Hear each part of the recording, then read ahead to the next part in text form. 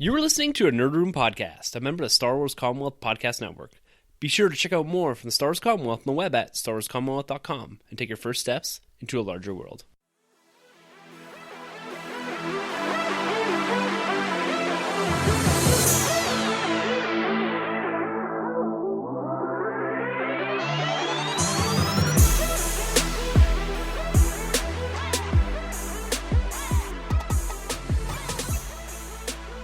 Hey everyone, and welcome to Nerd Room. We talk all things Star Wars, Marvel, and DC. This episode number 135, we're discussing the Captain Marvel First Look.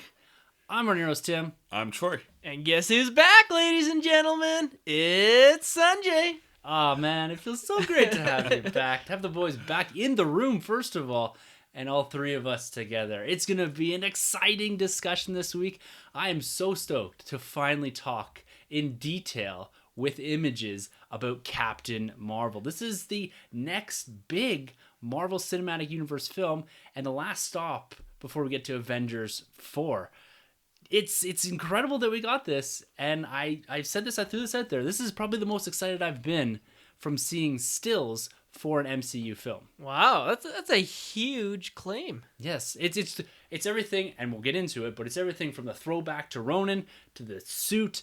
Everything looks on point here. It's all about, to me, this retconning they're doing and bringing in characters from other film franchises and tying this up in this huge cosmic bow. I'm so excited to talk about this, boys, but I'm even more excited to have both of you back here in the Nerd Room, particularly you, Sunjay. We haven't seen you in almost a month. You're making me blush. That's the intention. If you could see me now, my face is beat red. Yes. Tim he always has those sweet nothings that he whispers to me. Yes, from across the table into this microphone. Well, thanks for welcoming me back. It's been a busy couple weeks for me. I was in Vegas. I was out partying. It's just been it's been a fun time, and I'm glad to be back. Yeah, we're glad to have you back here, and like we always do at the top of these episodes, before we get into discussion about Captain Marvel and all that, which we will get to a little later on the episode, we always like to kick it off with our week, and for you, Sunjay, your weeks in Nerd. You've had a pretty busy few weeks. Your YouTube video went back up on Sunday, and you detailed a lot of your Vegas haul. But for those of us here, and for those that haven't seen the video, what's going on? How was your Vegas haul? How was your last few weeks in Nerd? Yeah, my last few weeks in Nerd have been really good, guys. Yeah, Vegas, I picked up close to 40 movies. That's insane. Wow. But, as I was talking to you, Troy, before we started recording, steelbook collecting in the U.S. is just a whole nother ball game. I walked into Best Buy in the U.S., and they had about, a whole section of steelbooks, over 10. And in Canada, there's maybe, at any given time, 2 at 3, at, a very good day. You'll never get the amount of steelbooks that they get in the U.S., and I was lucky because I happened to be there when Disney was re-releasing Hocus Pocus and Nightmare Before Christmas on steelbook. And so, I got there, and the stores only had about 5 copies. And I got there, the store opened at 10. It was 9:40, and there was a lineup out the door. Come on. Yeah, and I was like, are you kidding me? I thought I was the only one. But thankfully, I was able to snag a copy. But then as I was leaving the store, there was 2 other ladies behind me in the line, and they were also buying the steelbook for Hocus Pocus. And we got chatting about steelbooks and stuff. It's just a whole nother level in the States for steelbook collecting than in Canada. It's I feel like I'm missing out. I think I may move to the States just for the steelbooks. That's incredible, man. I was about to make fun of you for Hocus Pocus. And then you told me there's a line out the door. Huge fan base. Oh, my goodness. Wow. And the good thing was it was $13. Wow. American, though, right? Yeah, so it's $30 Canadian. Yeah. Now, Hocus Pocus is a great movie. I mean, if you're looking for a good family Halloween movie for the kids, Hocus Pocus, you can't go wrong with that. No, you are right. Steelbook, though, lining up for it? Oh, yeah. I guess I've lined up for plastic numerous times. Yeah. So, who am I to judge? I mean, we all have our own vices. That's right. And Vegas is the city of vices. My vice just happens to be movies, and there's worse things you could be addicted to in Vegas. So a lot worse. Other than that, man, how's life? How's everything? Life is good. I'm come back, but I haven't slowed down my movie collecting. What are you up to now? Well, the sad news, the tragic passing of Burt Reynolds, R.I.P. Yes, legend. R.I.P. Yeah, rest in peace. Yeah, so I went through my movie collection. I'm like, I only have 3 Burt Reynolds films. I'm like, that's not enough. So I've been like hitting the streets, trying to find some more. But they seem to be selling out. Like a lot of people have said that like people are going into stores and buying him more now that he's passed away, trying to like go back and watch him. So I've been watching a couple, and I really enjoy his movies, and it got me thinking. Okay, like he was really famous in the 70s. So if you had to go back in time and cast him in either like a DC or Marvel role when he was like in his heyday, in his prime, as a character, who would you cast him as? I really struggle with this one because I don't really have any connection to Burt Reynolds personally. Like I couldn't even rattle off anything maybe other than Smoking the Bandit, right? Yeah. And he made an appearance in Dukes of Hazzard, the film with Sean William Scott and John Maxwell. Yeah. Those are the only two I can really picture him in, and that maybe is saying a little bit about my film watching kind of background or whatever. Yeah. But the person that comes on top of my head is original Nick Fury. Oh, okay, cool. Yeah, totally. Nice. Like little gray in the sides here. Yeah. Mustache, maybe. Yeah. I don't know. Yeah, I like it. Cool. It. Yeah, eye patch. Yeah, maybe he could fit that role. That'd be pretty Nice. cool. Yeah. Nice. Yeah. How about you, Troy? Just because of the mustache, I was going with Tony Stark. Yeah, that's what I was gonna just say the old too. school Tony Stark Iron Man armor. Yeah. That would work for me, man. Yeah. Yeah. Nice, I'd go with that. I was gonna say Iron Man, but Yeah. it's a good Sorry, choice. man. No, that's all right. I was gonna say also Thomas Wayne, Oh, cool. Give me Batman's that. dad, yeah, or Hal Jordan. He's kind of got that bravado, that like cockiness of fighter jet pilot. I think that would have been a good fit. You know what would also be cool is Marvel's Hercules. Oh yeah, I could see him. I could see him do that. Get real jacked up. Yeah. He has that jawline and everything. Yeah. It's funny because like in the 70s, like he was like jacked for the time, but then Yeah. like in the 80s, like it just something happened where like the action stars just got Arnold. like, Arnold, like he Yeah. just blew up, like Lou Ferrigno and Arnold. Yeah. Yeah. It just like became like this like impossible standard. Whereas like in the 70s, it kind of seemed like an everyman. Like Yeah. you could have like friends, dads that you saw that had like the build of Burt Reynolds. Yeah. They're a bad man. Yeah. And then Arnold came, right? Yeah. Conan the Barbarian. Yeah. Yeah, that is a sad passing, with Aretha Franklin That's a right. couple weeks ago. Yeah. Burt Reynolds, again, we're seeing this trend. We saw this last year too. We're losing some of the more recognizable people. Not so much from our generation. I find that, like I said, my connection to Burt Reynolds isn't that strong. Right.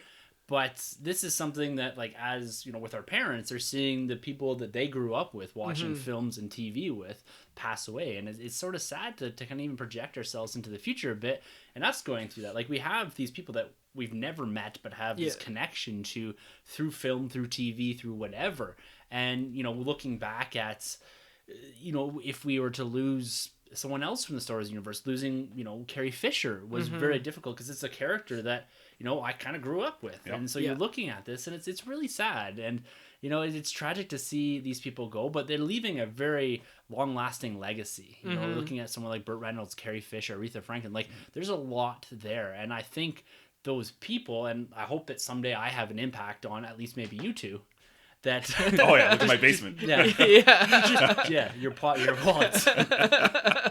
But it's having that lasting impact that I think is cool. It's a big legacy that these people are leaving behind. Yeah. Well, speaking of legacy, have you guys ever had the Burt Reynolds at the bar, the shot? Oh yeah, well that was a huge thing a couple years ago in our friend group. Yeah. It's you go with the finger on the nose. Yeah, everyone had the Burt Reynolds shot. My dad has a mustache, and sometimes we call it by his name. That's epic. One movie I will suggest if you're not too familiar with Burt Reynolds' film category or like his acting ability is actually his last movie, The Last Movie Star, directed by Adam Rifkin. Stars Burt Reynolds. He goes to this like small town movie festival that's honoring him. It's just like an amazing film. I watched it. I bawled my eyes out. And that was before he passed away. So I haven't seen it since he's passed away because I'll probably cry even more. But it's just this beautiful film. So check it out. It came out this year. It's called The Last Movie Star. That's my plug. Great recommendation. Yeah.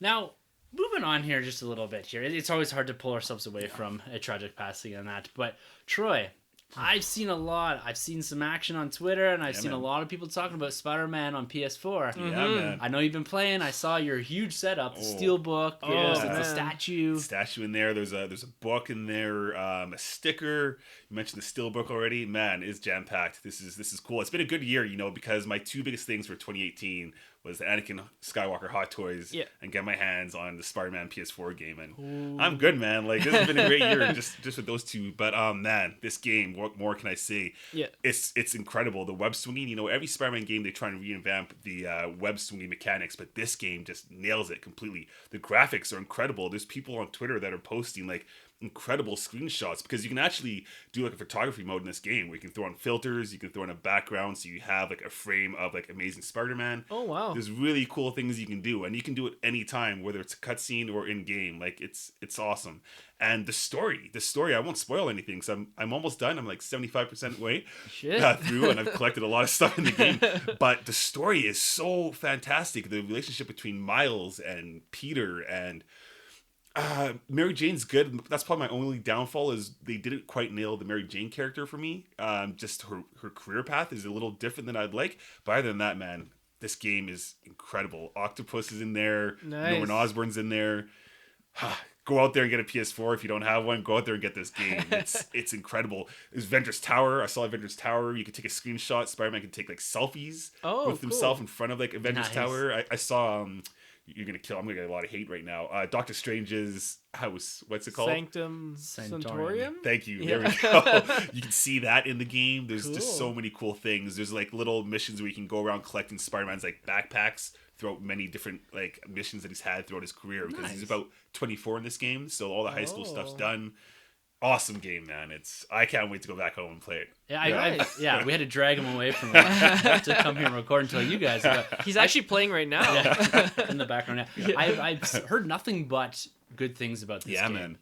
Particularly when it comes to the mechanics and the selfie stuff was a huge hit on Twitter this past weekend. Crazy, man. They even released something now where Spider-Man can do a little nod to Spider-Man 3 where he'll like do like the whole like gun kind of thing, really? You know, to like really? People. Yeah, if you listen, you can't really see what I'm doing, but he's pointing to people making like the gun that kind scene, That's right? cool. Yeah, from Spider-Man 3. Yeah. It's really cool, and the cool thing too is his chatter. You know, he's always saying something constantly, and a lot of the times it's always something new. Like that's cool. The dialogue they have going on with this character is crazy, but he does a lot of like BS talking, and it's awesome, man. If you like that scene from Spider-Man Homecoming where he does that thing with his voice, where he's like, "I'm not a boy, I'm a man. No, I'm not a man." You know, he does that whole thing. They do a lot of that in this game. Awesome. It's so good, and they do it. That costumes in this game too from Homecoming, like there's so many costumes you can unlock. It's just man. Game of the year right now. For me. So you should stick to making games then, eh? Yeah. You don't really realize how much money games make, but this game probably sold what, 5 million copies? I don't know the exact number. I mean, games retail at $80 right now, Canadian. So $80, say even 2 million copies. That's $160 million. Like that's a movie opening. That was what was 160 million. That's like.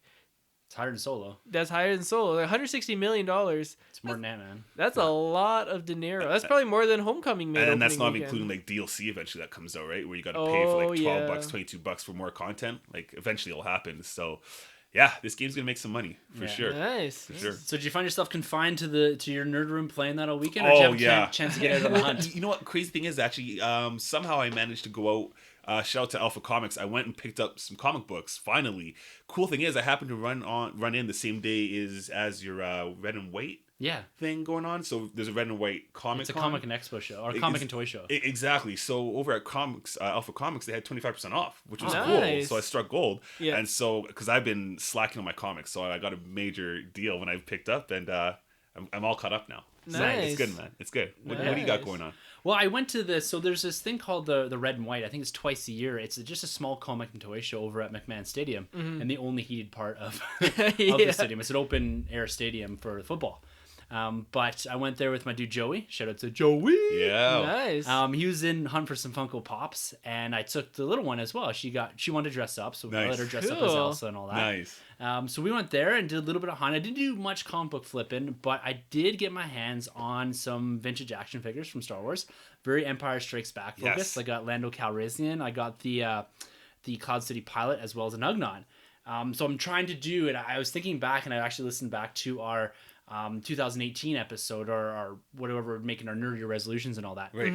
And my goal was to get 10 vintage Star Wars action figures, and I only got a few months left, and I'm up to 6 at this point. Sick. You can So- do it. You can do it. I know I can. So I'm only grabbing ones that are like $5-6 that are pretty beat up, no weapons. I just want to have the full collection.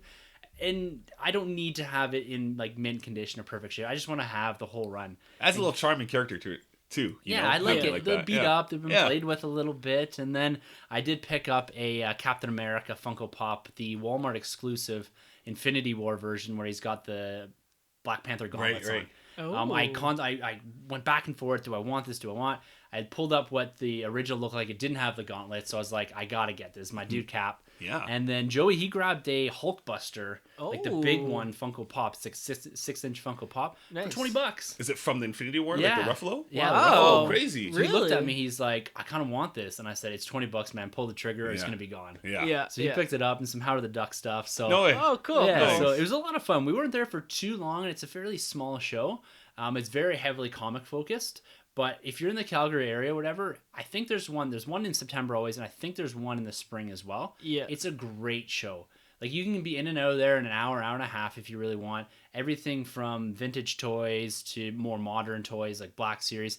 Another huge realization I had while I was there is that because I opened my Marvel Legends, I can buy unboxed Marvel Legends Yeah. Yeah. to set up. So I didn't buy anything, but it's something that kind of got rolling in my head that I never really fully realized that I can buy these things probably for $10-15 at shows. Yeah. Because I set them up. I don't need to have them mint in box, which you're getting $20 to $45 for some of these, right? True. Yeah. That's true. So it was kind of a cool realization I had. But the only problem, and this is a problem at any con, is when you're buying from other collectors, everything seems way overpriced. Oh yeah. Like yeah. incredibly overpriced. And bargaining is very difficult. But the nice thing, everything I got at least $5 off. I Nice. just said, I kind of went your route, and I was just like, can I have this for 20 instead of 28? And they're like, oh yeah, sure.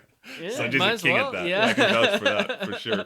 So, and then I've also been taking a deep dive back into comics as well. I finished the Beckett one shot. How is from, it? So I really liked it. What is it? Can you spoil it, or you want to tell me I don't want after? to spoil it. I can tell you after. There's Yeah. not really much in there, but it feels very Han Solo-esque. Oh, okay. The character of Beckett in it. Nice. Nice. Everything from the dialogue to even the movements in the comic book panels, I feel like I'm looking at Han Solo. So it's kind of a nice parallel there. Yeah. Val and Rio in it are really good too. Cool. And so I've put the boots to every one shot that's tied into the movie because I said, this isn't what I wanted. Right. It's not really that great. Mm-hmm. This I want more of. I want to see more of these characters because they actually go on a kind of a cool mission, and you get more of those characters that we spent very little time with in Right. Solo. Do we see like the original member too that died before Chewie and Han took their place? Remember there was one more member? No, this is just Beckett, Rio, and Val. Oh, Yeah. okay. So especially Rio and Val, like two characters we spent almost zero time Yeah, with. that's Yeah. right. I kind of like what they did in here. So I'm going to say, like, high level, go grab this Beckett book. Okay. I actually sat there and I was like, I wish there was more of this. Do you know who the author or the writer of that one? Yeah, the author is, I got it right here, it's Duggan. He's done some Star Wars stuff. Okay. I can't remember his first name. But, Doug. yeah, Duggan. No, it's Gary Duggan. Jerry Duggan. Sorry. Okay. He's done some other Star Wars stuff. Cool. I can't remember. So Nice he's cover. quite good. It's Yeah, it's it's a little expensive at $4.99 cover price. It's a double issue though, Mhm. but really enjoyable. And there's some stuff with Enfys Nest in there too. Oh yeah. Because you know how they've been butting heads for a while, as it kind of alluded to in the film. Right. And so there's some cool stuff in there. So I want to almost see a bit more of this because I Cool. don't know if we're gonna get any more in-depth stories focused in around these characters because of Solo and the way it performs. Especially because so. I want to know about his relationship when he kills what's her face, the bounty hunter. Yeah, Aurora Singh. Yes. Yes. Yeah, because they hinted about that. They Yes. talked about that in the movie. So I want to There's more dive stories into to that. tell there. Yeah, for sure. Yeah. Okay. And then Vader. Have you caught up on Vader? I picked up the two. Was it up to 20 right now? Yeah. Yeah. So I picked up the two of them, but I haven't read them yet. Yeah. I've been web swinging. 20? Yeah. 20 slow start, good finish. Cool. Okay. Yeah. Cool. Okay. So that's all I'll say about that. Nice. Other than that, that's been pretty much it. I've all caught up on Captain America. Yeah. This new Captain America run It is incredible. Killing it, eh? It's so good. Back to basics. Black Panther Nice. shows up in the last No two way. issues. Ooh. It's by the same author that is writing the Black Panther books, and I caught up on all them a while ago. And so there's some nice ties in there with characters and all that. Oh, it's so well done. Art's dope too? The art is on point. It Yeah. is absolutely fantastic. Nice. Nice. It's got that gritty, kind of down to earth Captain America, Black Panther vibe to it. Yeah. Yeah. It's great stuff. So comics, everything collected. It's been a great week for me. Nice. Comics are really good right now, man. I know so a good. little bit, maybe a year ago, we were kind of a little down. Yeah. I was rooting for DC a lot. Right now, I feel like everything's good on both ends. DC Yeah. and Marvel are both kicking ass right now. Nice. It's awesome. Yeah, I've actually caught up on some comics as well. Caught up on Wonder Woman and reading some more Batman and Justice League. I'm liking what I'm reading, and it's How's good. that Snyder run on Justice League? I like it. It's good, eh? Yeah, I like it. John's is still my favorite run, but this one is probably my second favorite. It's a lot better than the Rebirth launch because the Rebirth Oh one yeah, was the dry. Rebirth. Yeah, I didn't like the Rebirth No. launch at all. This one I really like, and they had like that No Fear one or that like 4-issue miniseries with like Brainiac. I don't know if you saw that one. When they had the armors, everybody was armored up. Yeah. Okay. Yeah, I like that. I thought that was pretty cool. It's like Yeah. a neat idea, and then Justice League Dark came out. And Yeah. I'm glad to see that Marvel and DC they're both firing on all cylinders. Yeah, so man. that just pushes everyone to do better and do more. And Yep. competition, makes everyone want to like be number one, be that top dog. Yeah. Well, I think this is the most positive we've been about comics Yeah. in like over a year. Yeah. Yeah. And I'm doing one comic a night before I go to bed. Is this kind of my goal, and that's what I've been doing. I've been having an absolute blast. Oh, it's like great. I'm fully back into form with this. Definitely. And trades, like right now, I know we're talking about it, but like Justice League, for one, I'm going to do in a trade form. Like some things are just so good to read in trade where you can just dive in, feed that hunger. You get 6 issues in, in one sitting. Yeah, It's Great, beautiful. man. I Yeah. love it. Well, I've been seriously contemplating, and I'm at the point now where I'm going to pull the trigger on Marvel Unlimited. Yeah. It's like $70 for a year subscription to their almost like, it's like 20,000 issue backlog or back catalog. Yeah. Oh. Where you can go back and basically trade read. Right. And I don't want to do it because I don't always want to support local comic book shops. Yeah. So the new issues going forward, I'm going to buy. But going backwards to read like Hickman's run in Fantastic Four again. So and good. to go back and read more of some niche issues on things that I've missed or I want to catch up on, like going back and reading a bunch of Captain Marvel stuff before going to the film. I want to use it for that because I'm finding with the single issue collecting, by the time I get the full run, it's been like 3 years. Yeah. Yeah. When I'm trying to collect, if it's something older or more specific or a little bit more niche story, Yeah. I still don't have all of some of the runs I want. And I refuse to start reading it until I've got the full run. Of course. Yeah, of course. And so this going back, it's like, yeah, $70 is quite a bit, but realistically, it's a couple weeks, 3 weeks at the comic book shop. Yeah, right? exactly. And Yeah. like I spend on average about $20 to $25 a week. Yeah. And so if I just don't buy a couple trades, it kind of makes up for Yeah, it. for So sure. I'm going to go into this was a bit following Grabs. I accidentally signed up for Comixology. And he was kind of saying, well, what should I read? And I'm thinking, this is a good idea. And I thought it was hundreds of dollars, $70. And that's like the premium where you get like a Thanos patch and all this. No way. Ooh, So I fancy. have. Of course. Yeah. But I'm really excited about the potential. I want to get caught up on all my new comics before I pull the trigger on that. Cool. Because I don't want to be overlapping and missing out on stuff. So Yeah. I'm there. I think I've decided that I'm going to do it. Awesome. Nice. Yeah. Awesome. So I'll let you guys know how it goes. Cool. Yeah, let me know. Let me know. Now Sunjay, we've got something special coming up here in a couple of weeks. It's Ant-Man the Wasp release. Oh yeah, you already know I pre-ordered the Steelbook. Of course you did. Yeah, Of course you did. yeah. So this drops, and it was officially announced the other day that we will be seeing it on digital HD on October 2nd, and 2 weeks later on October 16th, we will be seeing the Blu-ray Steelbook. Perfect. Are you excited for it? Absolutely. It is the 20th MCU film. I think this will be, my 13th or my 14th Steelbook from the MCU. So Yeah, you're almost there now. eh? almost there, but the unfortunate part is I don't have any of Phase 1, and that's the really expensive one. Well, they're reissues too, right? They weren't actually put out as Steelbooks in Canada or the US, right? I think they were like Future Shop, but like that's just a Canadian store, so that's why like the original Iron Man is super expensive because it was only out in Future Shop in Canada. But like I think even like Captain America First Avenger, stuff like that, like I don't think the US got Steelbooks until Thor the Dark World. Yeah. Well, the first time I heard about Steelbooks was from a UK podcast or a UK podcast that was on an American podcast. and I had no idea what they were. And this is where this kind of evolved from, and evolved to your You crazy jerk. obsession. 200 now, you jerk. That's a lot of cheddar. No, but I'm excited to see Ant-Man and the Wasp again. I kind of forgot, really. I only saw it once in theaters, and I've kind of forgot really about it. And then all of a sudden this popped up and says release in October. I feel like I just saw it. Yeah, That's crazy. I think it's like 3 months now is the cycle time. Remember, like back when we were kids, it'd be like a year. Oh yeah, Like movies would be in theaters for 6 months. yeah. I feel like it was at least 8 months. Oh, Oh, yeah. yeah, super long time, Like right? this Yeah. is barely out of theaters. Like this came out in July, so August, September. We're 2 months, Yeah. 3 months out of theater. Not Yeah, even 3 it's months from a crazy. release. Yeah. Well, I think is they're trying to combat digital downloads Yeah, yeah. or like illegal downloads, and you release it closer to the theater time. Maybe they're thinking more people will buy it.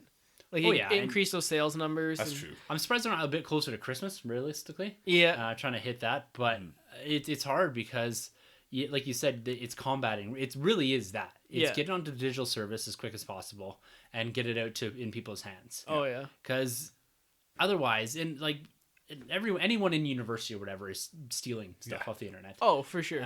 But us here, I'd say relatively or very much so supportive of the industry itself. Yeah. Oh, for And sure. I get excited for this stuff. I'm really excited for a digital copy. Well, if you want that steelbook copy, I always order two.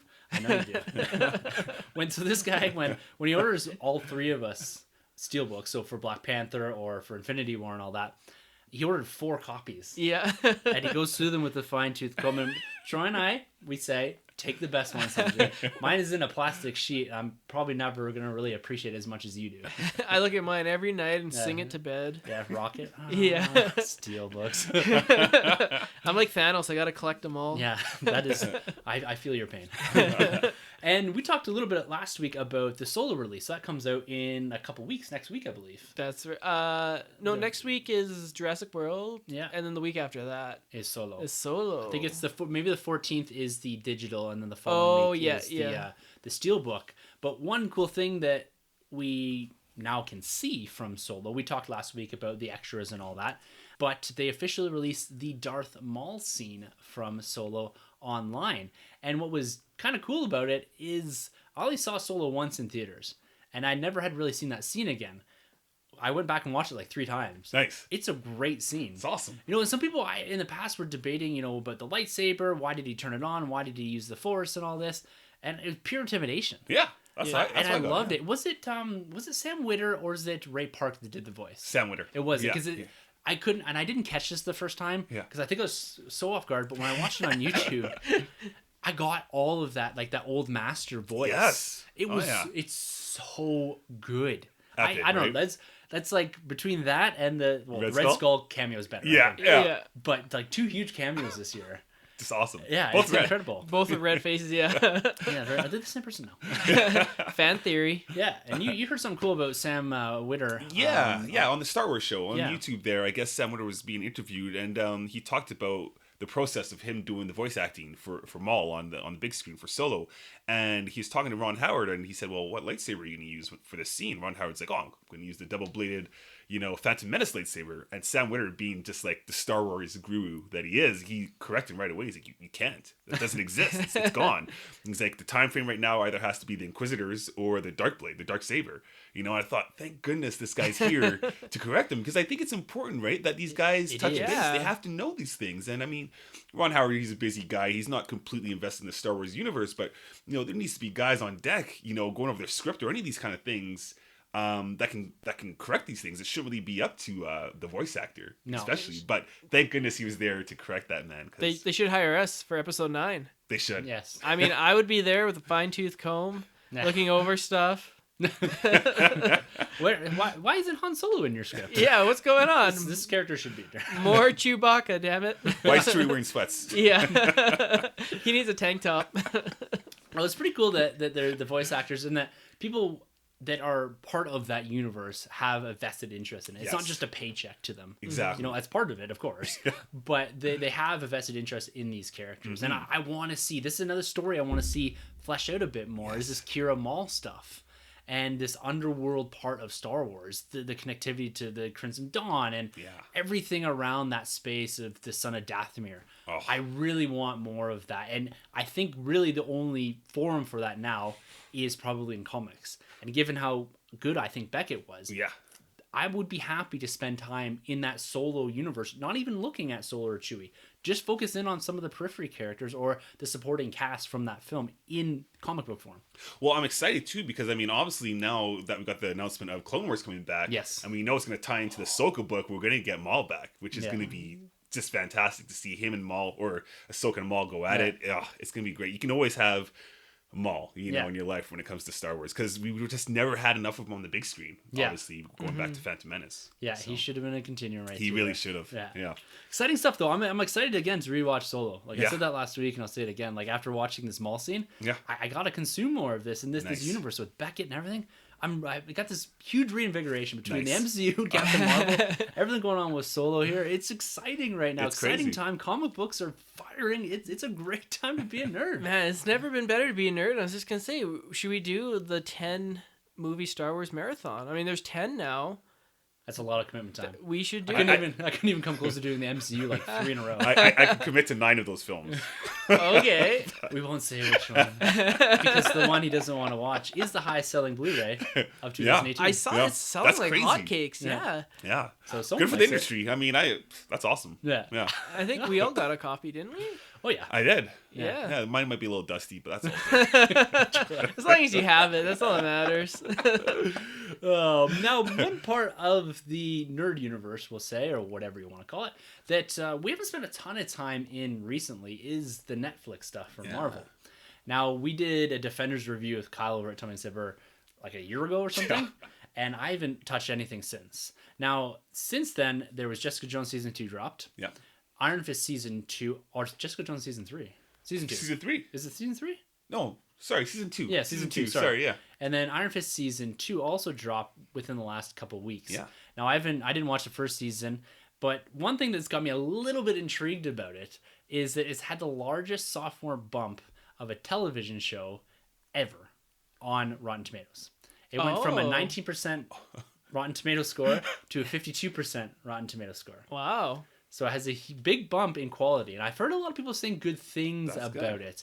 I don't think I'm going to jump into it. Yeah. Because something else has intrigued me from that universe, and it was the Daredevil Season 3 teaser trailer. Now, Daredevil, I think we even said this a couple weeks ago, that Daredevil and Punisher are the two that I'm still happy to watch. Yeah. Mm-hmm. The others, it's a huge time commitment for something I'm not totally vested in anymore. Invested, I should say, actually. But what do you guys think of this Daredevil Season 3 trailer? Pretty dark. We've got Matt Murdock in the old black uniform. I think this is new scenes. Yeah. He's in a church confessional, and he's speaking very dark, kind of giving us a bit of insight that this is going to be a much darker season than we've seen in the past. I think the line was, he'd rather die as a devil than die as Matt Murdock. Right. Yeah. Which is, I'm excited for this. Like, you mentioned this when we watched it. Yeah. Feels very Punisher-esque. Yeah, definitely. You know, especially off the heels of Season 2 there. I really like how that's going to work. But no, this looks good. This little teaser. I just watched it right now here in the Nerd Room. And I got to say, I love it, man. Daredevil's always been consistent in the Netflix world, I have to say. And I think he's one of the shining points coming out of Defenders as well. So I like what they're doing here. I hope we're going to get that Daredevil Born Again. Obviously, I'm banking on it that we will. And I hope we... I am a fan of the red suit, but I wouldn't mind if they go back to just this black suit that we see here, because it's really cool. It's really grounded, really gritty for this world they've established, and all around, man, I'm excited for this one. Yeah, nice. You gonna pick it up? Have you watched Season 1 or 2? No. So, I'm so far behind. We're gonna have to Netflix and chill and catch up. Sunjay. Well, you know what that means. You just watch Netflix and you chill on the couch, right? Yeah, that's exactly what it means. Perfect. All right, so we're gonna Netflix and chill. You guys have committed to it with me, and we're gonna catch up. So hopefully your listeners will join us. It's too long, man. It's like 26 hours, Season 1 and Season 2. We can do it. Honestly, I haven't watched it, but it does intrigue me. Maybe if Ben Affleck was still Daredevil, I'd give it more of a shot, because he is the greatest superhero of all time. The ultimate Daredevil, right? Yeah. That park scene, eh? Oh, with Elektra, and he's blind, and they're still battling on a park. It's amazing. It's movie magic. Magic. This does look pretty good. I'm pretty excited about this. And if you look at the rumors that Bullseye is going to be the main villain, and Vincent D'Onofrio, who plays Kingpin, I've been following him on Twitter, and he pops up on for whatever reason, Twitter's given me a superhero kind of thing that pops up, and it's just like anything related to. So it's either Vincent D'Onofrio or Stephen Amell. Nice. The tweets I get the most of. But he seems super excited about this year, or this Daredevil season 3, and his part in it. He's saying, I can't wait for you guys to see it, and he's hyping this thing up pretty big. And I loved his character in Daredevil season 1. It was so good, so well developed.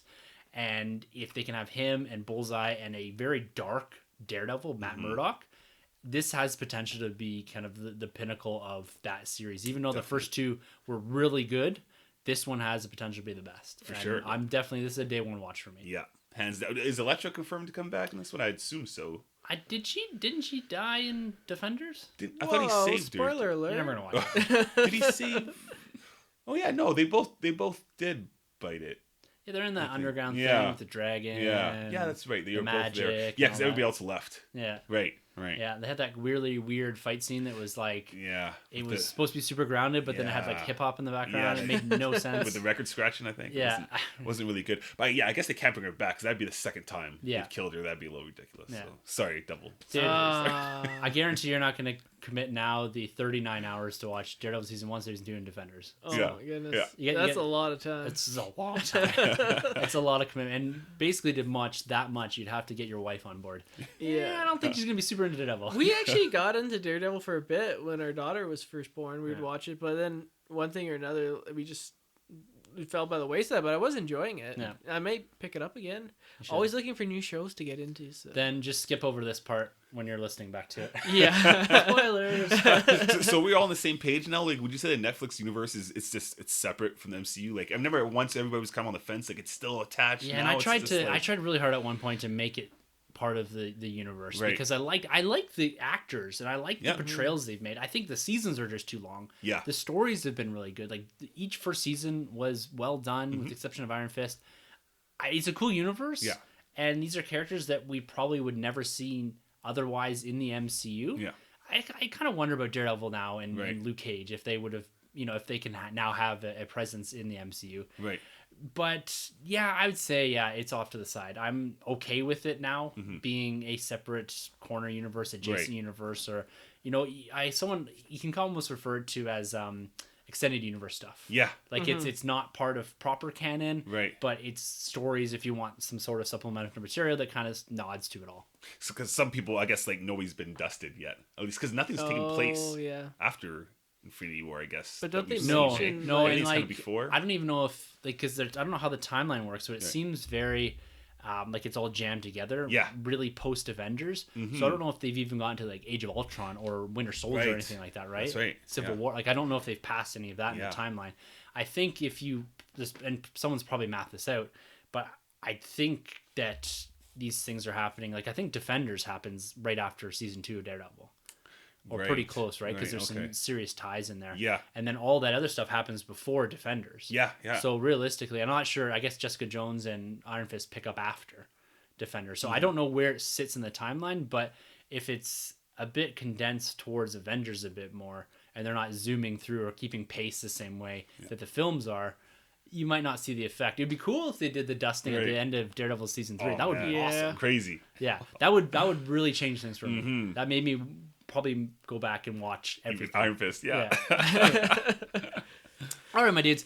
I think what we're going to do here, we're going to take a little break, and we're going to shift over and do Krabs' question for the week, and then we're going to come back with our main topic and discuss this EW spread on Captain Marvel, which I'm super stoked for. But Grabs here has got a great question for us And this week. Troy or Tim, which one's going to do the theme song? I thought you're the rapper in the group. Yeah, we didn't have it for the last 3 weeks. We haven't been here, so... My Take it rapper away. handle is Brown Sugar. You can find my debut album hitting stores next weekend. What's the title of it? Genie in a Bottle. Appropriate. I also sing, a cover song of Genie in a Bottle, Christina Aguilera's song. It's pretty good. You should check it out. Sometimes I regret giving you this much space to talk. You're like, you give me the freedom of the rope, and I just hang myself with it every time. But let me know. If this episode gets, we'll say 350 listens, next episode I will sing Genie in a Bottle. Okay, well, I love when people listen. But if we get like 348, I'm cool with that. Yeah, I'll take it. You'll just be like viewing till it gets over the counter. Refresh. Yeah. It's like, how did we get 350 views from Tim alone? I'll just serve it up. So there is a way to get like 1 million downloads, not a million, but a whole bunch. If you just serve it up on Twitter and when the bots attack it, it's just like you put a link in that directly plays the episode, and you can get your count way up. Wow. It's kind of a weird, sneaky way of getting downloads up, but no one's listening, so there's no point. No point, yeah. But yeah, so maybe I'll do that for you, and you can sing Genie in a Bottle. Or maybe I won't even post the episode so that we don't...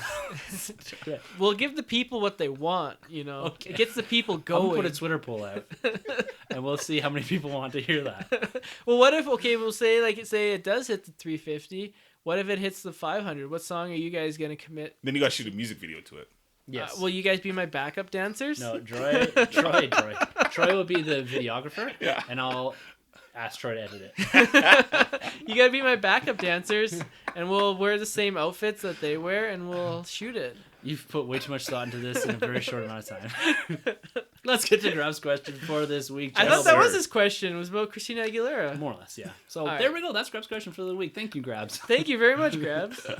No, his subject for this week is transportation options. And he writes, I recently saw a poll on Twitter about Sunjay and him wanting to sing a Christina Aguilera song. 100% yes. No, he says, I recently saw a poll on Twitter about what Batmobile was liked the best. For me, nothing compares to the Adam West version. I'd have to almost agree with him there. We will get into this, though. This led me to thinking about other modes of transportation in comics and movies, from the X-Men's jet to Spider-Man's motorcycle. Just for you, Troy. Heroes travel in many different ways. My questions for you this week are, what are some of your favorite superhero vehicles in comics? Which superhero transportation superpower do you like the best? What are your top 3 famous movie, comic or not, vehicles? And finally, which superhero regrets their vehicle due to maintenance and fuel efficiency? Ooh. So another loaded question here. Grabs is always bringing it. Grabs, that heat. My man. Yeah, so let's start with the first one here. What are some of your favorite superhero vehicles in the comics? Well, I think we should start with what's the best Batmobile. We'll get into that. This could be a discussion here. Okay, Nice, okay. So what's your favorite comic book motor transportation for a superhero? Well, I got a couple. Yeah, sure. Wonder Woman's invisible jet. Of course. It's lovely. Teenage Mutant Ninja Turtles, the pizza van. Oh, the turtle van. I had that toy. Oh, So right? good. Shooting So pizzas. Or no, sick. shooting manholes. Yeah. And it even came in the Out of the Shadows movie. It did. I think it shot pizzas in the toy, didn't it? the toy did. Yeah, but in the movie it was the manholes. Yeah, that's That right. would kill a guy. Like, right? Yeah, like pizzas- that's pizzas like much more safe, manslaughter. Yeah. That would surely Turtle kill you, slaughter. And then a couple that I don't know if they're in comics, but the Simpsons car where Homer makes his own car, where like the horn plays the cucaracha. That's such a good one. Yeah. Such a good episode. And, I love that with his brother. Yeah, bankruptcy. Yeah. Oh, shoot. I remember that one. Yeah. Oh, that's awesome. Yeah. That's awesome. Yeah. No, they should really make that car in real life. And the Futurama spaceship. Yeah. That like doesn't move, but the whole universe moves around it. You've kind of jumped to the third question. Well, okay. Save those. Edit this out, future Tim. Nope. All right, So your those are my favorite comic three. one is. So those are your 3 famous vehicles. Yeah, So the favorite comic one is the Invisible Jet. Yeah. Yeah. Will we see that in the movie? Do you think? I hope so. That's It'd ridiculous. be hard to pull off. I think a lot of people would like attack it. I don't know. I think they could pull it off. Maybe like do something where she's even invisible as well, and just have some sort of panels that are like reflective. So derivative of the helicarrier. Oh, please! I think the invisible jet is way faster. All right, Troy. What's your favorite comic book mode of transportation for a hero? My 3 as a kid is Just the one. Oh, just the 3 one? is a famous movies. It's another. Okay, so shoot, it's a toss up between Silver Surfer's surfboard. I yeah. always loved. I just thought that's so cool, especially being in the 90s Like that's So awesome. iconic. And as bad as Fantastic Four 2 was, Yeah. Oh, yeah. Silver Surfer was kind of dope, right? Like, Right. Oh man. Yeah, So and even in the comics, that's yeah, that's Yeah. awesome. I it's saw so a figure cool. of that the other day, and I was like, should I get Yeah, this? I know. Should I Yeah. get this? Same. I don't know why I passed on it, but probably won't ever find it again. No. You always find those random toys from that era for those movies, like in comic shows and stuff. You're like remember we found something like super random at think the we did. comic show. It was 2 like years ago. Iron Man 2 or something. Yeah. Yeah. I do remember. I was actually Yeah. with you guys too. It was like 3 3/4 inch figures. Yeah. Wow. And the X-Men's jet. Yeah. Nice. Was it Blackbird or not Blackbird? It's Blackbird, It isn't is Blackbird. Yeah. Yeah. Yeah. At least in the cartoon it was. Yeah, pretty badass. Love that. So yeah, those are my 2 comic book ones. Yeah, let me think comic book wise here. You guys took some of the good ones. Is Mjolnir a mode of transportation? Yeah, I guess Yeah, it helps I guess store so. transport. Yeah. Yeah. Yeah. I don't like That's that a good one. Kinda a little Yeah. different. I also like the Rainbow Bridge from Oh. Thor. Oh yeah. And- Yeah. Cool. Just fire them around. It's also in the comics, especially the originals. It's literally a rainbow, It's beautiful. Yeah. which actually leads to what's it called? I can't remember off the top of my head here. It's gonna drive me nuts. What the actual thing's called? They transport them around. Oh, the Bifrost? Bifrost. Thank you. Yeah. Yes, so the Yeah, Bifrost. that was really good in the movies too. Yeah, Actually. yeah. Yeah, That really it's came great to in the life. comic books too. Yeah. Like it's really well executed. You know, do I have to say Captain America's motorcycle? I don't like it. I think Yeah. it's Pretty epic. It's okay. I loved what he The did. fact Was that it he can throw Ultron? it. Was that Age of Ultron? He Yeah, did he it. throws Oh, it. yeah. I like it. I like it. Speaking of motorcycles, Ghost Rider's motorcycle. Shoot. Oh yeah, A flaming motorcycle. Like, The car actually is quite cool too. Yeah. Oh, and the especially new Avengers one. right now. Yeah. Oh What- yeah. wow. Robbie Reyes. Oh, it's so he's wicked. like the like a different version of Ghost Rider. Yeah. And he's had a big part in actually Agents of Shield as well. Really well done, Right, Agents of yeah. Shield. Even like the flaming skull and all that. But the car, I kind of like the car better almost. Yeah. yeah? Yeah. Yeah. It's kind of cool. Better than the Nick Cage motorcycle? Yeah, I think so. I can do like Or the that. horse. Oh, yeah. I think there's I think in one of the Avengers Legacy book, isn't it like a mammoth or something? Oh yeah. That's in the yeah. Legacy. Yeah, the Legacy yeah, stuff, the recent stuff. The original Yeah. Ghost Rider, Yeah, like a million years ago. Yeah. Random mammoth. Seriously. That's amazing. All right, now what are some what do we got here? Which superhero transportation superpower do you like the best? Oh. Yeah, I think we're gonna come all to an agreement here. It's got Superhero. like the like a Transportation. power that Oh, transports. right. Yeah. Oh, okay. It's gotta yeah. be Nightcrawler. Yeah, It has to Nightcrawlers be. is dope. Yeah. Like just to transport and like the sound. Poof. Oh, Yeah. yeah. Oh. And X2. Oh, Like, come on, that's one of the best opening scenes even to scenes. this day. Yeah. That opening scene, Oh, that yeah. sells it for me. In that Man. movie. Right? I love that opening. And then how'd they scene. get rid of that guy? Like you do X3 and then no mention? Yeah. Oh, my The goodness. hell? What a letdown. Yeah, And so then they bring good. him back, and it's just not the same in the new movies. Nightcrawler? No. That one performance, X-Men 2, was just Oh. fantastic. That Yeah. was no Ray Park was Toad. Never mind. It was some British He's guy. in the Good Wife, the actor. I forgot his name. Yeah. Good actor though. Yeah, Great really actor. good one. Yeah. What about Doctor Strange? And they kind of use this quite heavily in Infinity War. His little portal things that people get Oh, Those jumped. are dope. yeah. You know what? Yeah. I've appreciated it in the movies. Yes. It's really made me like it a lot when he does it. Especially his battle with Thanos. Yeah, it's awesome. Oh man. Yeah. with Spider-Man and Yeah. Star Lord and all that. That's cool. Yeah. And And jumping him and Iron Mantis. Yeah, all Man. of Yeah. them. Yeah. Yeah, so good. That one's the Speed Force Flash. I was going to say done right. the Like, Flash cosmic is really good. treadmill. Yeah. Yeah. That's great. Oh man, Flash is awesome. Flash. Yeah. I mean, he's up there. Yeah. Speaking of like that, did you prefer the Flash speed or the Quicksilver speed from Age of Ultron or the X-Men movies? Because there's those three The first kind X-Men of one was the best one. the one scene with The the breakout. yeah, that was Like the so original. good. Oh, so you're asking out of all three speedsters? In the Yeah, movies? which ones did you like the best? Yeah, I have to go with Bryan Singer's. Yeah, the Yeah, original. I'd have to agree. Yeah.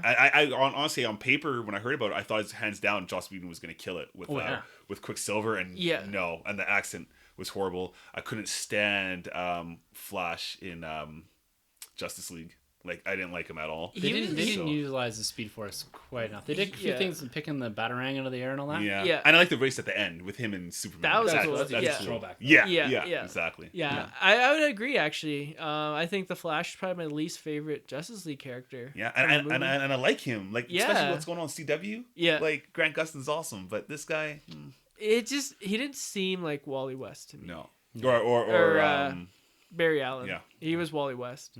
Yeah. All right, top 3 famous movie, comic or not, vehicles. So I have 2. You have 2 there. You have the Simpsons one. Futurama. What's your third? It's gotta be the Batmobile. Yeah, of course. It has to be. Let's talk about this now. Oh, yeah, let's do We it. should probably all have it on there. Yeah. What's the best Batmobile? All right, on 3. 1, 2, 3. Nolan. Tumblr. The animated series. Oh, okay, yeah. Because it made the cinematic appearance, so I can still use it. Right? Yeah, Is this yeah. a movie? Yeah, It's- of course. it's like- Okay, cool. Yeah, I'm going with that animated. Okay, man. yeah. But no, I have to go Nolan. Like Yeah, I that one agree. was just so epic. The tank. You see, I didn't. Oh, you guys like the tank? I Yeah, love Oh the tank. yeah. Tumblr's my favorite. You know what? I love that franchise, except part 3. But when I saw the tank, Wait till we have the retrospective. We'll We've do been it. promising We'll this do for it. months. We gotta get to it. we'll do it. But when I saw that tank appear, I was like, Really? Lucius, put that thing away. Yeah, No, I it's like so that one. badass. When he's Yeah. like, "Does it come in black?" Like, come on, that's. But such it a makes great sense, line. especially now. Like now, I get it. Like that's cool. Like it's like a strong, bulky kind of piece of machinery. It's like a tank. I mean, that's Yeah. what even the BVS took note from, because the BVS Batmobile Oh, that looks was a just lot like more one like, notch above. Yeah, Yeah, killing I didn't like people. that one. Yeah. Up with that. You know, if he's just gonna shoot the guns and you're gonna not move, it's not his fault that you die. I do have a soft spot for the Adam West. That Oh, one is yeah. pretty epic. Yeah. Yeah. It I looks love so that. cool. I actually like, as bad as the movies were, the Batman and Robin and Yeah. Batman Forever with like the use of neon and stuff. Yeah. It looked kind of cool. I when had was the a toys. kid. They used to Yeah. light up and make noise. The what's his name? The actor that played him. Val Oh, Kilmer. Val Kilmer. Val Kilmer. Yeah, I had the Batman. I love that one actually. I thought it was pretty cool. I had the from Batman Returns, I believe it was. He pushes the button on top and the Oh, things shot off. yeah, They yeah. made, like, Yeah. a skinny version. Of it. Nice. Nice. Yeah. I actually have the one from the original movie, the Jack Nicholson The and Keane? Keane one. 89, Yeah. Yeah, the ¡89. I have the Batmobile that my daughter plays with all the time. Actually, I have a model of it up there. Oh, really? Oh, really? Yeah, it's still in the box. Yeah. You gotta put that thing together. Yeah, what That's are you sick. waiting for? There's no DC in this room. As far as he knows, I've hidden a bunch of Batman symbols around his room. Just everywhere. I turn off, it's just glowing. Yeah. Why are you so serious, Tim? Troy, what about you? Oh, X-Wing, Millennium Falcon. I mean, of course, those two right there. Yeah. And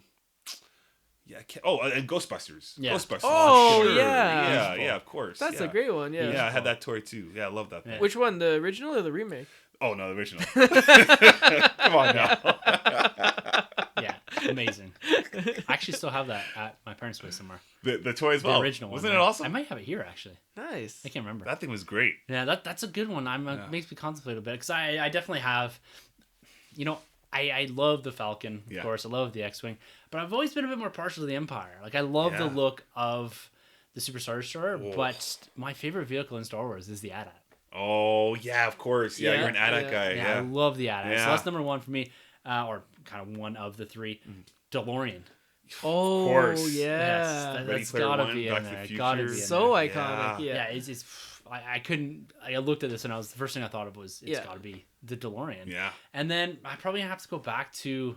I'm thinking there's definitely something that we're missing here, but I'm gonna throw maybe a little curveball here, the Milano from Guardians of the Galaxy. Oh, yeah. Yeah, that's dope. Yeah. And I think it's gonna go down as a classic. Yeah, I got Yeah. the Lego here. Yeah, yeah. I really like. Yeah. Now, there's probably a few other things. Like, yeah, if you made me rank things, of course, the Falcon and the X-wing would be on there. Yeah. But just trying to highlight something a little different. Mm-hmm. And the thing too with the MCU, there's not really many iconic ships. There's the Yeah. Helicarrier and there's the Milano, really, and Right. there's the Quinjets and that. That's right. But you don't get the same volume of ships that you get out of just if you look at the pure Lego. They're Right. mostly Yeah. play sets. Yeah. And Star Wars is mostly ships or whatever. That's right. But yeah, that's right. that's probably my favorite part of this That's a good question. one. is I love definitely- that. Now, finally here. Now, what superhero regrets their vehicle due to maintenance and or fuel efficiency? Oh, Shitty yeah. vehicle. Do you think Solo ever regrets it a little bit? I mean, He had to get the it's been a fuel. little rough sometimes. I mean, well, it looks a little rough. He had to make the. Ton of maintenance. I Yeah. feel like He had to get Chewie's the always fuel. pulling that thing apart. Yeah.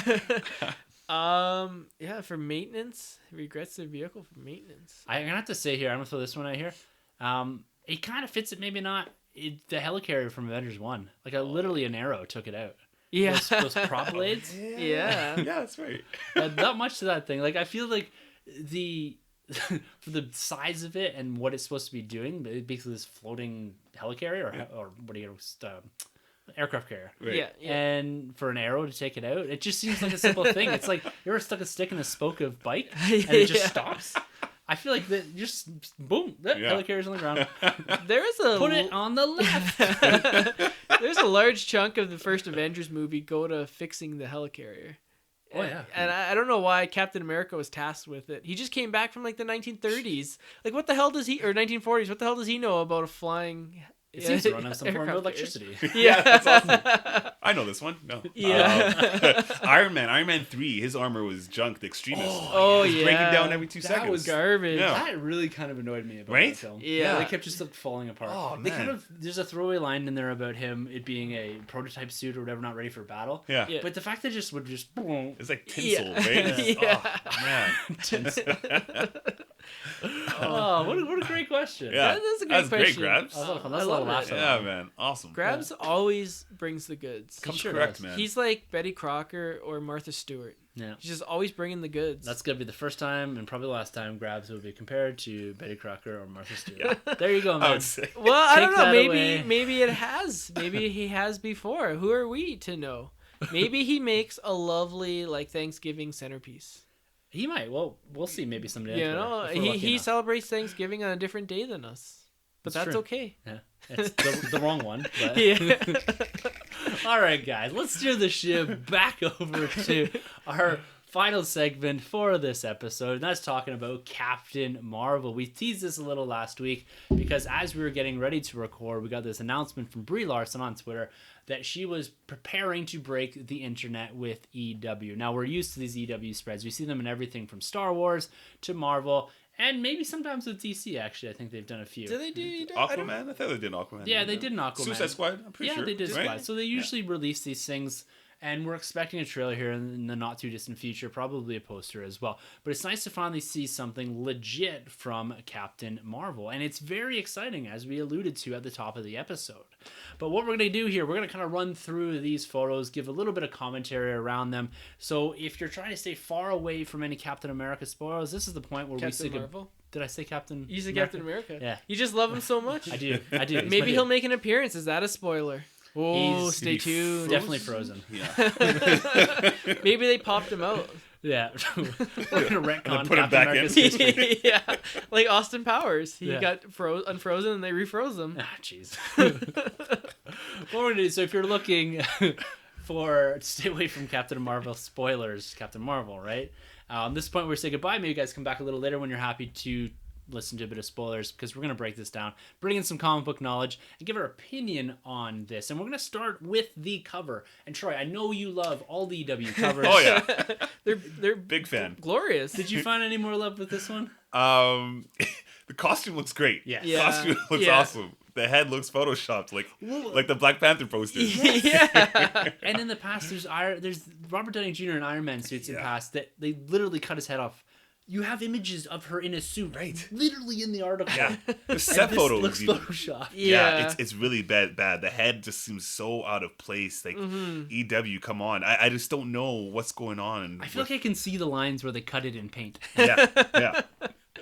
No, yeah. This is probably the only time we're gonna kind of kick the crap out of Yeah. this article. What do you think about the Well, maybe gauntlets she lighting had up? a mustache that they had to CGI over. Possibly. You know, maybe she's growing it for another role and they couldn't get rid of it. We're gonna talk about CGI in a few minutes here. What do you think about the gauntlets lighting up, or maybe I guess it's just her powers? There. That's the only time we actually see superhero powers in full effect is on this cover here. With Captain Marvel. No, the gauntlets lighting up is cool, man. It's just I really love this costume. It's so comic accurate of the new current Marvel now Captain Marvel. I feel you on the gauntlets. It's like the Photoshop or the effects on the gauntlet look great. Yeah, like look that cool. works for me. It just really feels like everything else is like one layer, and then the head is totally another layer. They just clipped it over off. And right? Yeah. But yeah, the suit looks awesome. What are Yeah. your thoughts on the suit, Sunjay? This is the first time we're seeing the female-led superhero. Yeah, we have a whole bunch of other females in the MCU, but Brie Larson in this role, the suit. What are your thoughts on it? Yeah, I don't know much about Captain Marvel, to be honest with you guys. If someone would say who would be the first female-led superhero in the MCU, for me, Captain Marvel wouldn't have been my guess. But just looking at these pictures and the set photos, I'm glad that she's getting her own movie because it looks super badass. The costume looks like a flight suit or something. Like it looks really cool, and then her hands are glowing. I don't know what exactly her power set is. but it looks really cool. Like I'm down for this movie. Like of course I was down before any of these photos came out, but now I'm like really down. Like I'm like, okay, opening night, like getting like 4 seats just so I have like arm room down. No, and the with the suit and all that, I think it is a nice mixture of realism and comic book. Like they could have went a little bit too far with it, and you could have gotten to the Bryan Singer leather stuff, or not enough with it, and you find it less believable or less comic accurate, or accurate to the origin of the character. I like that they've gone full bore with this, and Brie Larson, she looks fantastic. Oh yeah, like absolutely fantastic. It's hard because the only thing I really know Brie Larson, like, she was in some comedy, not like a while ago. 21 Jump Street. Yes. Yeah. And I had a really hard time because she looked like a high school student. Yeah. And I had a hard time picturing her as this character, but now, like in these images, bad ass. Yeah, she's rocking it. Yeah, and now in the article they detail a little bit about the character, and they seemingly are jumping right into the story. They're not doing a full origin. We've seen this in the last few with Spider-Man, with Black Panther, is that they've avoided doing we don't have powers, let's show them getting powers, losing the powers, and then having this kind of hero's glorious end. They're jumping right into this, which is pretty cool. So they maybe will detail it in dialogue or in some sort of context elsewhere, but they're not going to start with her the same way. Like it smells a bit like Green Lantern, the generic story, like fighter pilot, gets powers from space, goes off into space, does her thing, comes back to Earth. It's got a very similar vibe to it. So staying away from that, I think, was quite important. So it seems that they've jumped right into the deep end of this and have her just being part of, it looks like possibly just already being part of this Kree force. Yeah. Which is pretty cool. And they've seemingly, just from the words in here, they've changed her origin a little bit. Because if you go back to the comic book origin, she was in an explosion, her DNA got melded with Captain Marvel's, who is a Kree warrior, and she ended up getting superpowers and all this. So this almost looks like that, just in seeing what she's talking about here, about her being half Kree, half human, battling this Kree side, which is very unemotional, and this human side that has issues. So she seems to be a character that is flawed, which I like. The human side of her is flawed. So think of maybe a little bit of Spock. Yeah, I was going to say, very Spock and Kirk, but in one person. Exactly. Like a very flawed human with, a temper, anger issues, authority issues, melded with this Kree very analytical type character or type being. So I think it's pretty cool that they're doing that, and they're kind of really taking this character in a slightly different direction. My Captain Marvel depth isn't huge. I've only read probably the last 3 or 4 volumes of Captain America. They seem to reboot that one constantly. But she's become a character that is on a pedestal almost in Marvel, and has been for the past 4 or 5 years. So there's a lot of great storytelling to be done here, and I think it's kind of cool that they're changing up her origins. What are you guys' thoughts on them jumping straight into the story and avoiding the origin, and kind of Marvel now doing this and getting away from the past of we need to start from scratch and work our way up? I like it. I just don't know much I believe it. Like, obviously they're going to do what they're saying, but I think we're definitely going to get flashbacks just because she's so unknown to the general audience, right? I mean, Black Panther, at least he's introduced somewhat in Civil War. Spider-Man, what more can I say? Everybody knows Spider-Man. He's had 5 movies before that, right? Yeah. So I feel like we're definitely going to get some kind of flashbacks, which is okay. I mean, that's cool. The origin is I'm kind of iffy about, because I really liked the fact that she was a human, and then she did the whole blood transfusion thing with Marvel and got her powers, because here it feels a little like, you guys mentioned Spock, but a little bit Star-Lord like too. Yes. You know what I mean? So I feel like they could have just kind of stuck to the original, but I mean, I'm sure either way it's going to play out, and maybe this is why she is so powerful, so much more powerful than doing the blood transfusion thing. So all around it should be okay though. As you said, they probably will do flashbacks. Just saying, like, Marvel really seems to be going in the one direction where all their movies, like, they're not really starting from when they're kids until when they get their powers. But then you look at DC, like, that's what they always do, right? Like, every one of their movies starts with the hero as a kid, and then they get their powers, and then you see them grow up. Aquaman's going to do that, Wonder Woman. So it's just kind of interesting, the contrasting styles between the two companies. This one, it works because, like, this is the 21st movie in the cinematic universe, so let's just jump in and say what she's got her powers, and let's just go. Yeah. I think your point is well taken though, Troy. Yeah. Because being a character that no one's really familiar with, I think Black Panther could have suffered from the same thing. Right. But they established his world in his own film while introducing him in another movie. Right. Yes, we've got a nod to her in Infinity War, Yes. and they're going to probably have to do a lot of work to get people familiar with the character. But I think I'm okay with them jumping in. Now, I'm speaking from someone that's knowledgeable from the comic book side of things. What they need is the general audience to get into it. So I think that they're leveraging a bit off of Guardians, because we'll talk about some characters that come in and this idea about this big space battle going on. And so if they can leverage off of characters like Fury, Coulson, Ronin, Korath, so familiar faces, and doing a bit of retroactive retconning, I think that they can be successful in just jumping straight into something. Because that's one of the important pieces, is that not everything is brand new. Yes. The idea of space travel isn't brand new. The idea of melded human and alien blood types or hybrids isn't something new. So it's something that we're somewhat familiar with. So I'm okay with that. But I agree, they need to do the groundwork to make people buy into this character, feel empathy or sympathy for this character, while at the same time enjoy her being a badass. Yes. Yeah. So there's some other cool photos here, and this really does a lot of work to introduce you to Captain Marvel, but also the supporting cast. This has got a very, very strong supporting cast. And one of the main standouts here is Jude Law. Yes. And, you know, he's had comments in the past about why he joined the Marvel Cinematic Universe, and it was Downey's influence for them working on Sherlock Holmes together. Cool. Oh, interesting. So there's a lot of conjecture out there about who this character is. Marvel has chosen to keep him nameless for now. The prevailing theory at the moment, and this is one that I align with, is that he is in fact playing Mar-Vell, or Captain Mar-Vell. Yes. The original Captain Marvel from the comic books, who is a Kree warrior, which this person, or Jude Law's character, is confirmed to be. I think he's the leader of Starforce in this version of Captain Marvel. Do you think he is Mar-Vell, or do you think he's some other character and we're just working up because we think that Mar-Vell needs to be heavily involved in the Captain Marvel, the Carol Danvers version of the story? I think it would make sense to assume that he's Yeah. Marvel, right? But Yeah. you know Marvel, though, right? Like, they're always, like, 10 steps ahead of us. So they'll probably do a switcheroo and drop one name, and then the audience will, like, blow their mind. Be like, oh, like, how did I not see that coming? He's Galactus. Oh, yeah, crazy. Crazy origin story.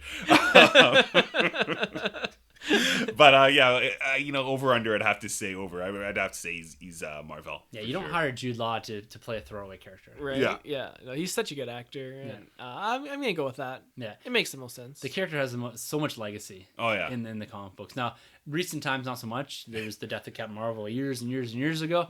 But I'm pretty excited to see what these two can do together. Apparently, he's taken her on as maybe a bit of a pet project, bit of a mentor-mentee type of a relationship. So to me, that fits the Mar-Vell, Captain Marvel. You know, she takes that name because of him in some fashion or other. I think that can really work. There's the few scenes, I don't know if these are on purpose, but he always kind of looks pissed off. So he's got a bit, and there's a twist in here somewhere. And I don't know if he's the twist or if Ronan is, or there's something feels slightly off to me about this character for now. And why he looks more human, don't quite know yet. Yeah, that's true. Because the Kree are like a light turquoise. Yeah, like kinda. a green, but they seem to have at least some variation. But the base Kree is bluish, teal or whatever. Right. Do you think they could do like kind of what they pulled in Ant-Man and the Wasp? What was it? Lawrence Fishburne's character. Goliath, yeah. How he's kind of like, he wasn't bad, but he wasn't really... Yeah, he had other motivations. Yeah, like he could maybe start off shaky like that. I don't know. That would almost fit what I'm seeing here, is that he has a vision, kind of like, say, not the extremist version of Ronan. Like, he has a specific vision for the Kree that doesn't really align with the Supreme Intelligence, which is the Kree master or whatever, or ruler, and he's trying to do something using Carol, her power set, this godlike power set, and trying to twist her into kind of doing his bidding. I kind of get that a little bit. Yeah, for sure. Yeah, I can feel that. Yeah.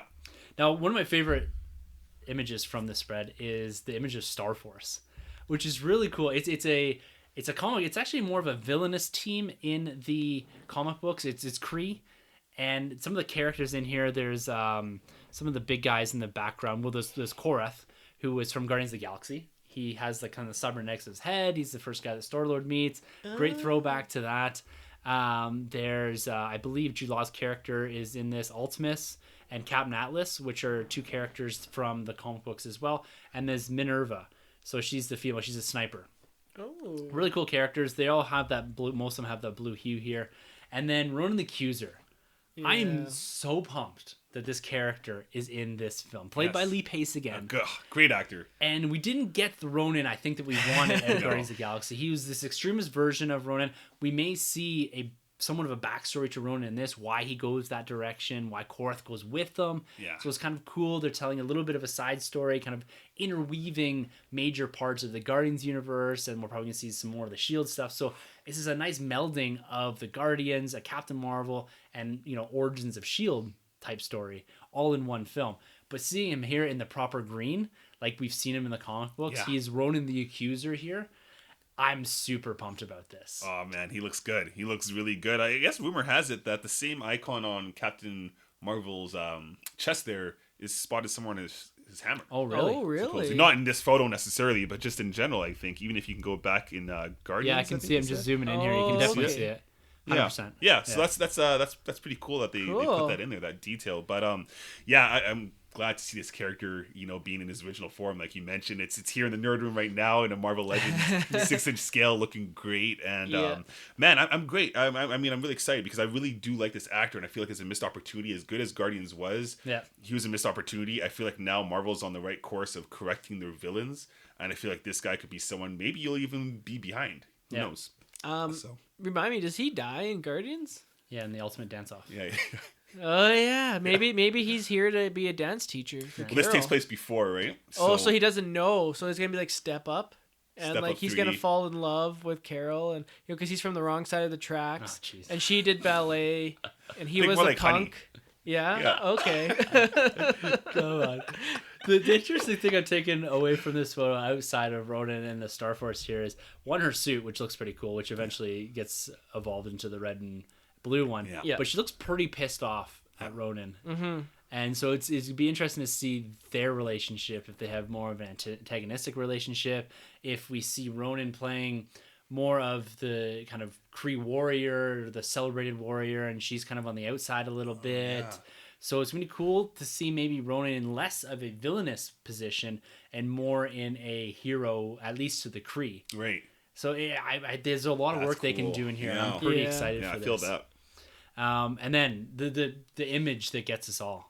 Come on, the scrolls. Yeah. Look at this. This blew me away. It's in daylight. This is like nothing here is dark. There's none of this darkness to hide the effects. Like this is right in your face, looking green, looking like the scrolls. The ears, the chin, everything. Lean, mean fighting machines. Yeah, it's the makeup is incredible. This almost looks all practical. Yeah. Yeah. It's the suit, the makeup, and it's Ben Mendelsohn here is the kind of the leader of the Skrulls. Mm-hmm. Oh, the Director guy Krennic. from Ready Player One. Ready Yes, Player One. Ready Player One. Yeah, exactly. Fantastic. I think they absolutely nailed the Skrulls here. Love the look. I am so excited for this and for the inevitable Phase 4 appearance. Super Skrull, you think we'll get him? I don't know. Not in this. Not in this, yeah. But that's a Fantastic Four villain. Yeah. So the character that Ben Mendelsohn is playing here, and I think it's the one that's front and center more or less here, it's a character called Talos. So he's from the comic books. In the comic books, he can't shapeshift. But from another image that we get here in this book, we see Ben Mendelsohn in human form. Oh. So it appears that they're not adapting that exact flaw of that Skrull. Because there's like 4 different types of breeds of Skrulls. They had the Celestials came and did their tinkering. I think there's like the Eternals. Yeah.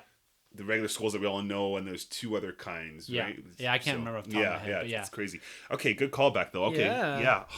It's this blew my brain apart. Yeah. The fact that we're getting not only Captain Marvel, we're getting some retcon history of Ronan, Korath, and all that, Star Force, but we're also getting the Skrulls in here as the main villain, a very appropriate villain, I think. Yeah. Because the big thing is the Kree-Skrull War. That's going to be the backdrop to a lot of this. For sure. I think we're going to get dropped directly into that. The Kree-Skrull War. Cool. That's my guess is where we start. Yeah. Okay, yeah. Well, the interesting thing is X-Men Dark Phoenix has the Skrulls. Yeah. So, and it comes out in January. This comes out in March. Yep. So we're going to have in theaters 2 different movies from 2 different companies featuring the Skrulls. Feels like Quicksilver all over. Yeah. Who wore it better? One of them will be on Netflix and the other one will be on the big screens. Oh, no. I don't even know if Dark Phoenix is ever going to get released. I know. At this point. But I'm super excited for this.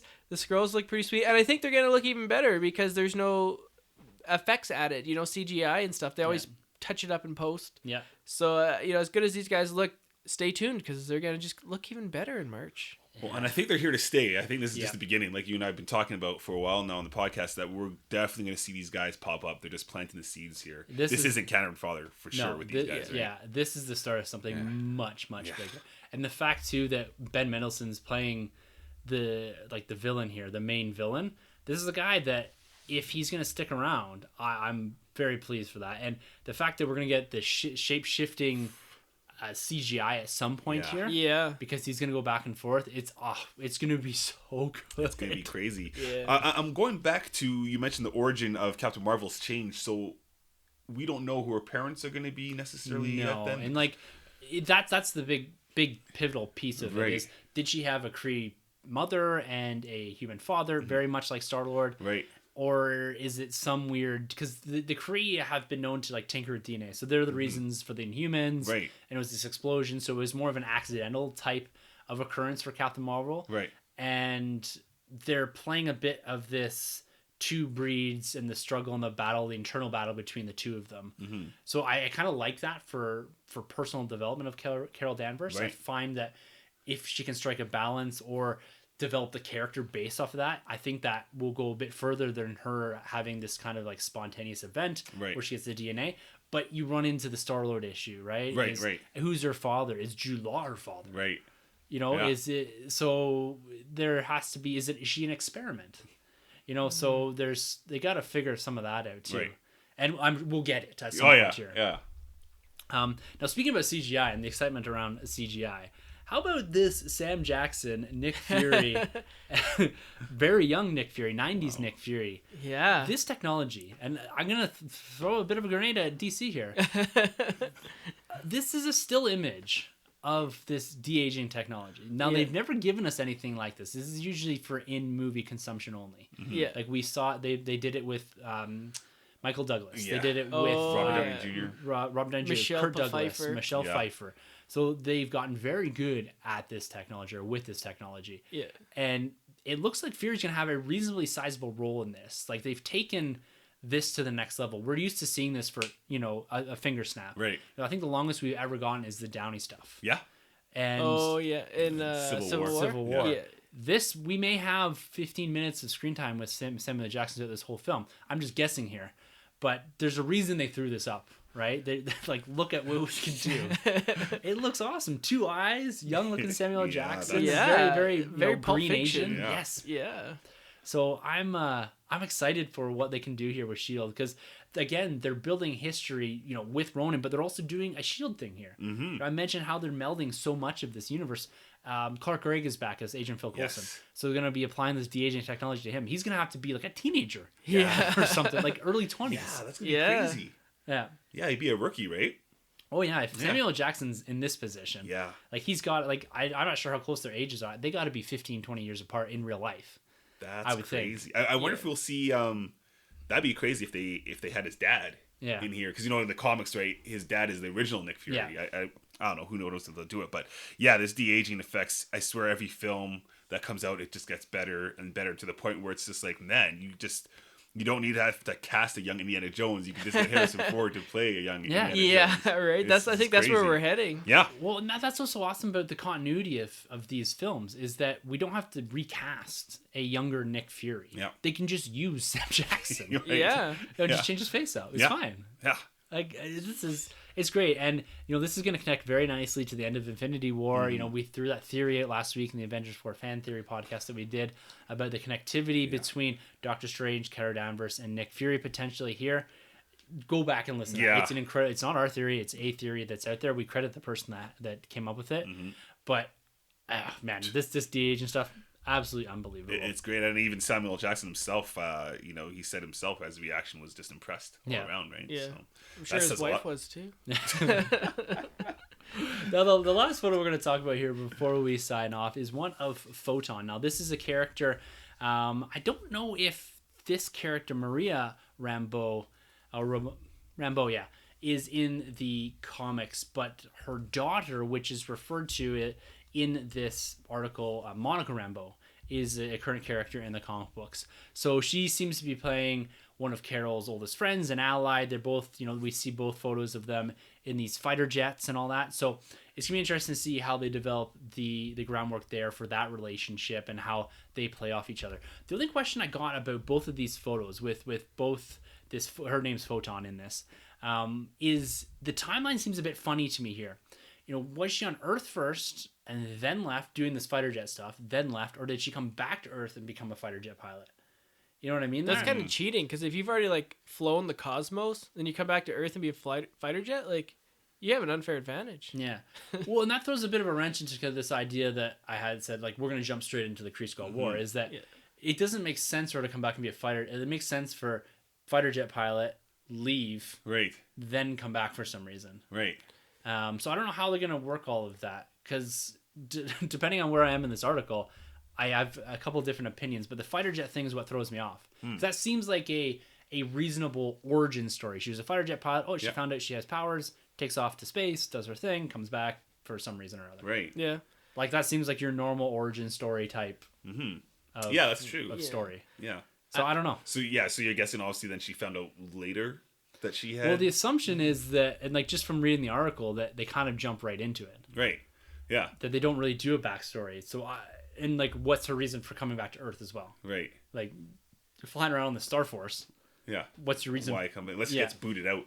Well, that might be it, She right? gets kicked out or something. And that's a very good point. We may end up getting thrown or thrusted into the Kree-Skrull War. Right. She gets booted out of the Star Force. She finds herself back on Earth, Yeah. kind of just slumming around. Yeah. And builds herself back up through S.H.I.E.L.D. or whatever. Because that's why she'd be such a good pilot. Because if she was flying these things, she's like, well, what's this? This is this is nothing. Well, maybe her and Photon will be playing beach volleyball while Highway to the Danger Zone plays. That's awesome. Do you think we'll see a sword in I'd love to see it. Yeah. I think we're a bit early. Well, maybe not in the 90s, I guess. Yeah. It's something that I think it's been referred to in S.H.I.E.L.D. Oh, have they mentioned it in the TV series? I think. I might be wrong. I'm not totally caught up. I think Kyle's caught up on that, so he might be able to tell us. But yeah, I'm super excited about this. Overall, guys, what are your thoughts? What's your anticipation for Captain Marvel? Does this raise the bar for you a little bit? Are you about where you were? How are you feeling about it? Super excited, man. I can't wait for this film. 2019 is going to be nuts. Avengers 4, Captain Marvel, Spider-Man Far From Home. This episode is 9? Episode 9. Yeah. Shazam. No, it's going to be crazy.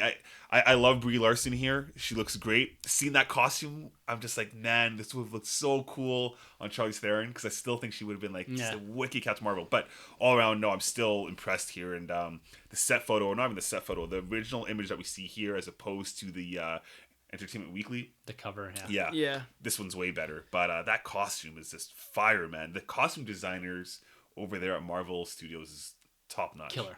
Because they still stay faithful to comic books, but still bringing it to life. Yeah. Believable, too. Yeah, exactly. Yeah. How you feeling about this now, man? Well, first off, Charlize Theron is, she's going to be in Wonder Woman 3. That's we all right. know, because her and Patty Jenkins go way back. That's right. Okay, Monster. Yeah, she won the Academy Award. Yeah. Honestly, my anticipation level was pretty high because Marvel's track record was pretty good, but there was no basis for that high anticipation. Now it's at the same level because I actually have something to back it up. Yeah. So it has always been high, and it continues to be high. Nothing that I've seen here dampens my anticipation for this film. It's just whetting our appetite, because they're just coming out, dropping little teasers with us. It's like a feather tickling your toe. You're not gonna go full out laughter, but you're just gonna get a little bit of laughter, and that's what these are, because they're gonna step back. They're not gonna go full bore into their marketing campaign yet. Just little teasers, and I like the tickle that Marvel has given me. Yes. Very well put.